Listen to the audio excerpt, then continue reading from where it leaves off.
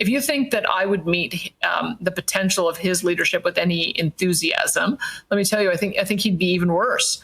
It's something else here every single day in Canada. Welcome back to Moose and Loose. My name's David. Today we've got the Governor General Mary Ng giving an award, a medal, to a woman who's accused of running Chinese police stations in Canada. We've got Danielle Smith ripping Mark Carney a new one. We've got me looking like a diseased zombie here. This is an allergic reaction if you're wondering. Let's jump into this. So first off, in the nuttiness here in Canada, Charlie Angus, NDP Charlie Angus, coming out with this petition to revoke Elon Musk's citizenship. So Elon Musk is a citizen of Canada. Revocation and resumption of citizenship. Is this what it's coming to now? We're just going to have petitions to remove people's citizenship? This is the richest man on earth. Maybe make friends with him and have him bring business to Canada, not trying to remove his citizenship. This is so dumb. If this can happen, what stops someone from starting one up for Mark Carney or Justin Trudeau or all the Liberals or Charlie Angus? How about that? We've got this one from Canada Proud. It says a new study out of Simon Fraser University finds that jailing criminals prevents them from committing more crime.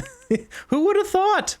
Not the Liberals. We've got this one here. Mark Carney has not been a resident of Canada for the last 183 days, and I'm calling for the Liberal Party to disqualify him for the leadership campaign. So I don't know if that's true or not, but this is something that should be pointed out considering what's going on with Ruby Dhalla. I'll get to that further on in this video, but it says individual ordinarily resides in Canada. It has to be their primary residence for at least 183 days a year. Mark Carney hasn't lived in Canada for basically the last 11 years. He shows up to be Prime Minister. It's a joke. Next up in this bombshell story, we've got Mary Simon, the Governor General of Canada, giving out a medal. So it says here, Gigi Lee, who is currently under RCMP investigation for allegedly operating 2 undercover Chinese Communist police stations in Quebec, was awarded the King Charles III Coronation Medal by the Governor General Mary Simon for her significant contribution to Canada. Like, you can't make this stuff up. First off, Gigi Lee was nominated by none other than Senator Yuan Pao Wu. Now, you might remember this guy's name because he was on Sam Cooper's list of foreign interference.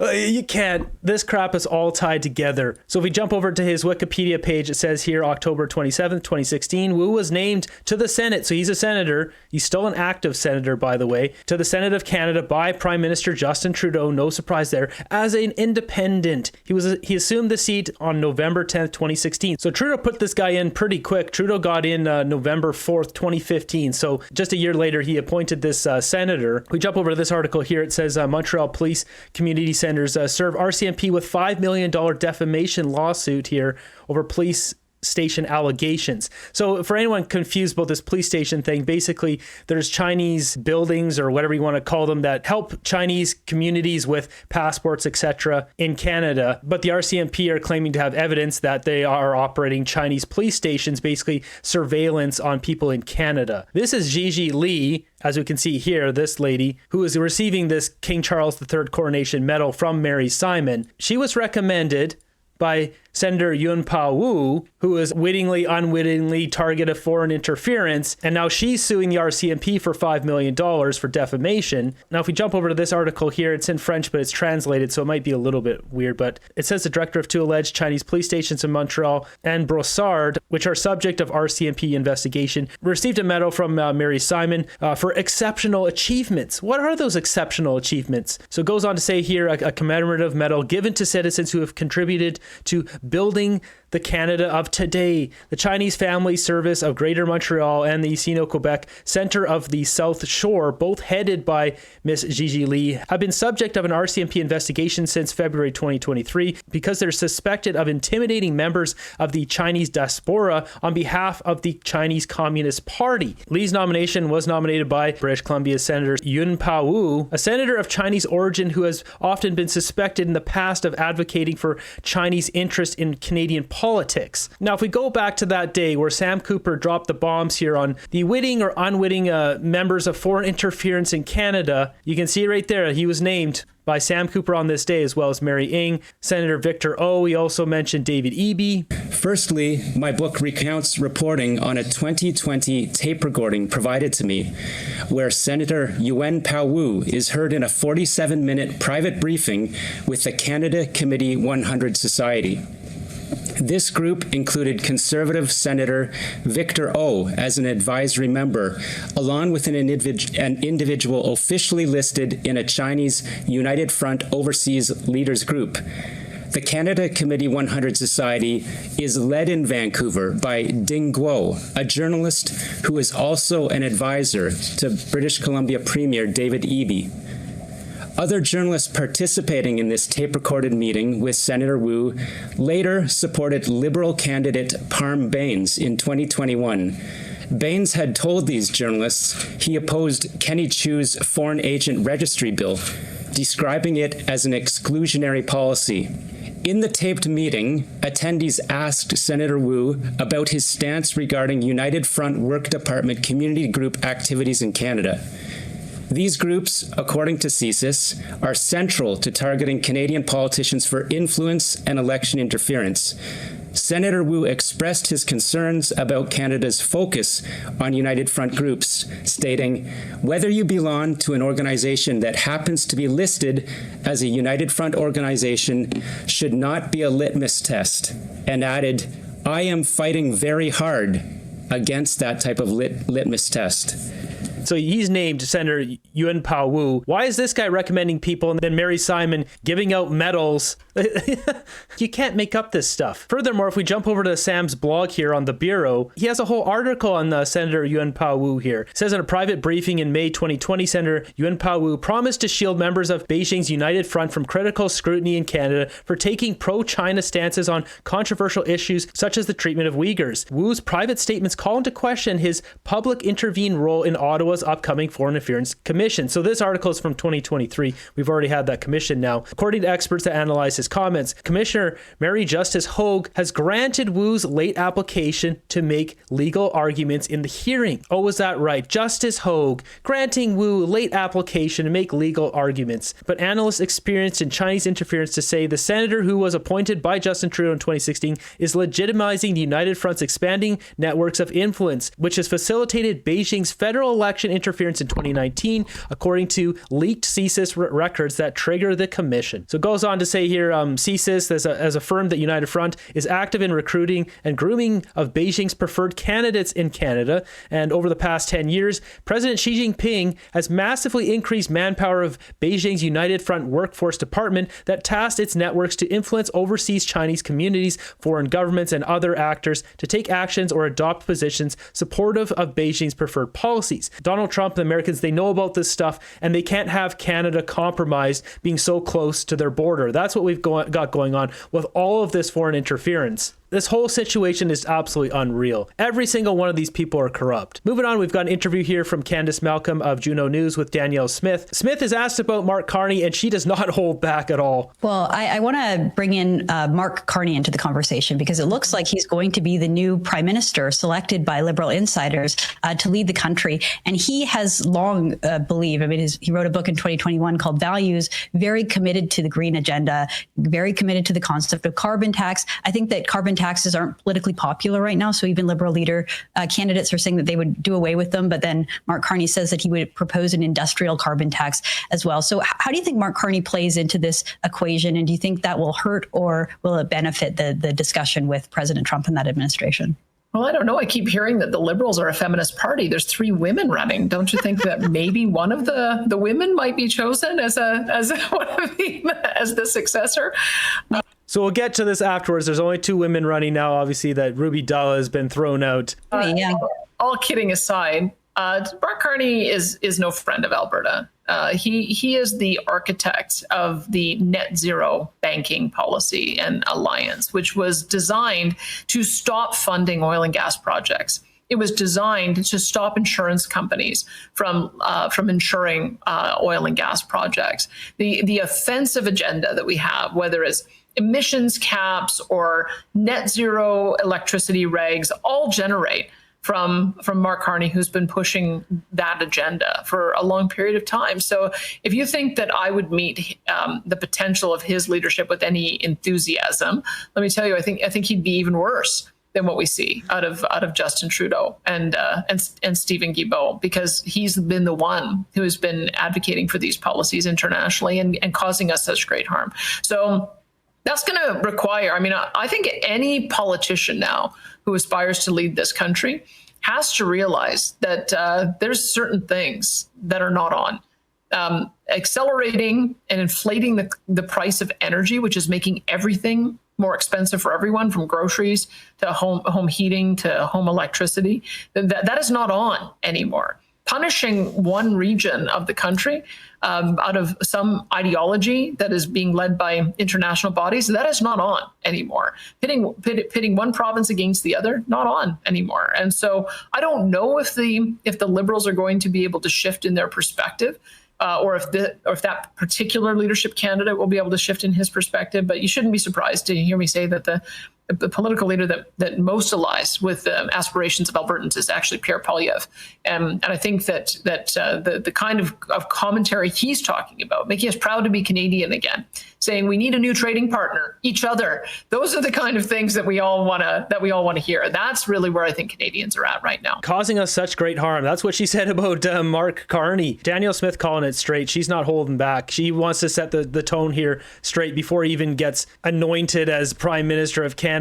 Danielle Smith is right with every word. Smith is right about megalomaniac Carney. Section 4 of Canadian Charter stipulates that Parliament may be extended beyond Carney's already talked about using emergency powers. We'll go down that road when we go down that road, but as of right now, we're not going to be talking about that. Something to note about Mark Carney, though, is when the Emergency Act was invoked by Trudeau, he's on record supporting locking down people's bank accounts. So that's the kind of guy Mark Carney is. 3 passports, former Bank of England governor. Even I can spot a globalist Trojan horse. Now, jumping over to the Ruby Dhalla situation. So she was disqualified from the Liberal leadership race. This was posted on her website here. Someone did a poll for her, but basically showed her at 33%, Carney for 40%. Did Carney have her taken out because she was getting too close? Who knows? All these Liberals are corrupt. What really needs to happen is the Liberals need to release all of their information. They're accusing her of something that could put her in jail, so they have to release information. They can't just accuse her, remove her, and nothing happens. Not only that, they can't take the $350,000 she raised and then just use that to promote Mark Carney in the next election. That's absolutely ridiculous. With that, we've got Scott Reed here on CTV asked about this situation. Latest twist and turn with the Liberal leadership race, Dhalla out. Is that surprising, and what kind of an impact will it have? I think it is surprising. It's a dramatic thing to take a leadership candidate, somebody who served as a member of Parliament in the past, and effectively void their candidacy. That's not a decision that's taken lightly. And so, when I hear the protestations of Ms. Dhalla, I am forced to also think to myself, well, they must have a substantial number of concerns. They must have a long list of violations that have caused their eyebrows to cock, and they must be taking this very seriously. They wouldn't just do this capriciously. And, according to reports, her campaign was given ample opportunity to respond, to provide detailed explanations as to how these violations might have occurred, what remedies could be put in place, what explanations they might possibly be able to muster, and those are obviously not compelling. So this is surprising, but so far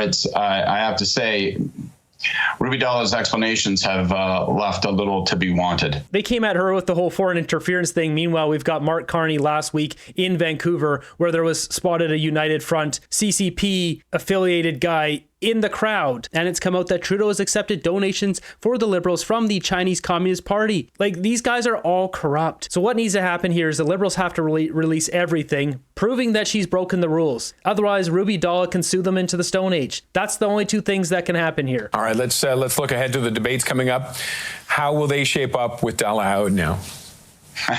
Well, contrary to her assertions, it is a grand conspiracy to keep her off the debate stage. I'm not sure, to be candid with you, anybody was expecting a lot of light and fire around her. So I don't think they're much affected by her absence. I think there's one really major storyline about both of these debates, and that is, how will Mark Carney perform in French? That's the question. Mark Carney was going to get obliterated by Ruby Dhalla in the English debate. We all know it. Chrystia Freeland's still going to come at him, but he's the godfather to hit her kid. She's not going to go that hard at him. And instead, you're going to get someone like Karina Gould going hard at Chrystia Freeland to make her look bad. Then Karina Gould is going to drop out or whatever and support Mark Carney, or she'll get a cabinet position from him. It's going to play out something like that. That's on people's minds. He's the runaway front runner. It is now, I think, widely assumed that he will win the leadership, that he will be the next prime minister.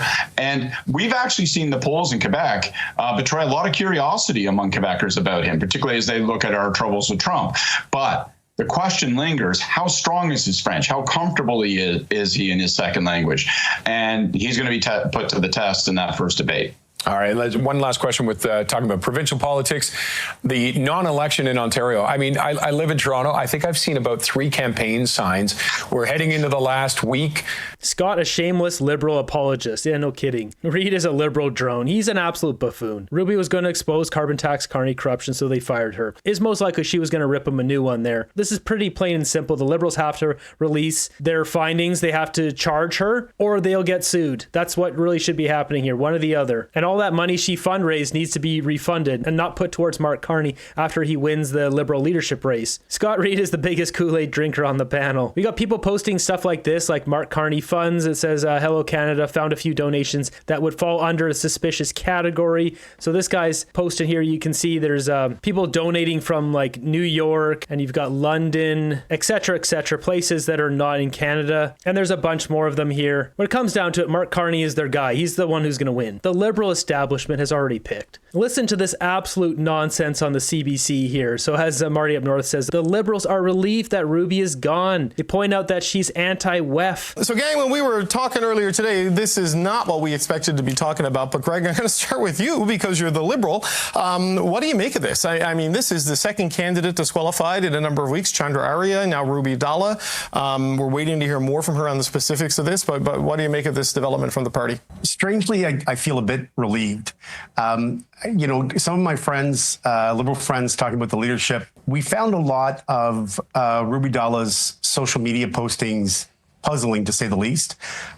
She was very anti-WEF, which is, you know, based on a conspiracy theory, and you often hear it more on the conservative or the... It's not conspiracy theory. Tons of money is going to the WF. I can pull it up right now. If you bring up the World Economic Forum, there's multiple entries here, 6 million, 1 million, 6 million, but most notably this $10 million. This is just 1 month after Justin Trudeau got into power that the biggest amount went in here. Now, these ones went in before Trudeau got in, so I'm not denying that Stephen Harper was giving money to the WF. He went to the WF. Did he know it was that corrupt at that point? I don't know. Probably not. Who knows? I don't know what's going on in his mind. We know full well that Justin Trudeau's a global young leader, penetrate the cabinet, $10 million 1 month after Trudeau got in. November 4th is when he got in. And what have these guys done for Canada? Nothing. They're trying to change our entire economy to this green economy, which is destroying everything. They could have built pipelines. We would have been stinking rich by now. We would have had liquefaction facilities. We could have been reducing income tax. We could have had no income tax. We could probably get rid of property tax. If we had enough minerals and mining and oil and gas in this country, could pay for all that stuff. Right side.